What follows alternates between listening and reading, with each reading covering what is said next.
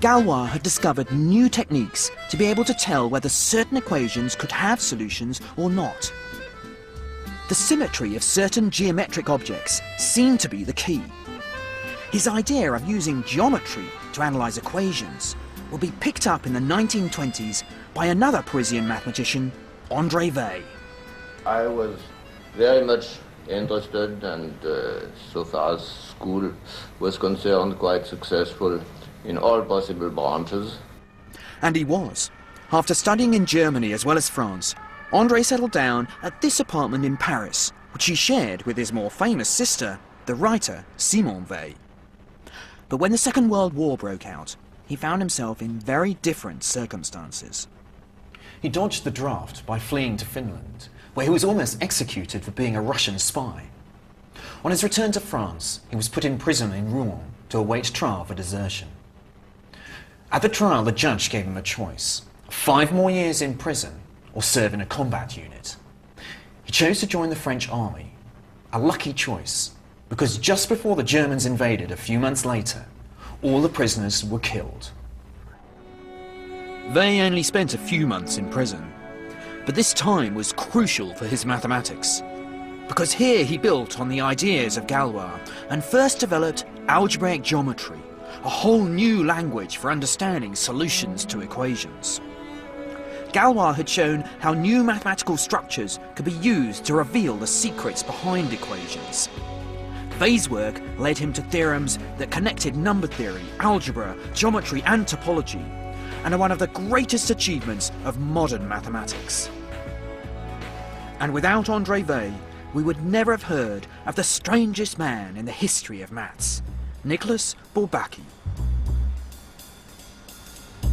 There are no photos of Bourbaki in existence, but we do know that he was born in this cafe in the Latin Quarter in 1934, when it was a proper cafe, the Café Coupelard, and not the fast food joint it's now become.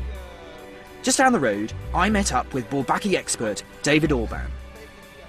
I must say, actually, when I was a graduate student, I got quite frightened when I used to go into the library, because this guy Bourbaki had written so many books. Something like 30 or 40 altogether. In analysis, in geometry, in topology, it was all new foundation. Virtually everyone studying maths seriously anywhere in the world in the 1950s, 60s and 70s would have read Nicolas Bourbaki. And he also applied for membership of the American Math Society, I heard. But At which point he was denied membership. Really? On the ground that he didn't exist. Oh. The Americans were right. Nicolas Bourbaki does not exist at all, and never has. Bourbaki is in fact the nom de plume for a group of French mathematicians led by André Weil, who decided to write a coherent account of the mathematics of the 20th century. Most of the time, mathematicians like to have their own names on theorems. But for the Bourbaki group, the aims of the project overrode any desire for personal glory. After the Second World War, the Bourbaki baton was handed down to the next generation of French mathematicians, and their most brilliant member was Alexander Grothendieck. Here at the IHES in Paris, the French equivalent of Princeton's Institute for Advanced Study, Grothendieck held court at his famous seminars in the 1950s and 1960s. He had this incredible charisma, and he had this amazing ability to see a young person and somehow know what kind of contribution this person can make to this incredible vision he had of how mathematics, so to speak, could be. And this vision enabled him to get across some very difficult ideas indeed. He says, suppose you want to open a walnut. So the standard thing is you take a nutcracker and you just break it open. And he says his approach is more like you take this walnut and you put it out in the snow and you leave it there for a few months. And then when you come back to it, it just opens. Grothendieck is a structuralist. What he's interested in are the hidden structures underneath all mathematics. Only when you get down to the very basic architecture and think in very general terms will the patterns in mathematics become clear.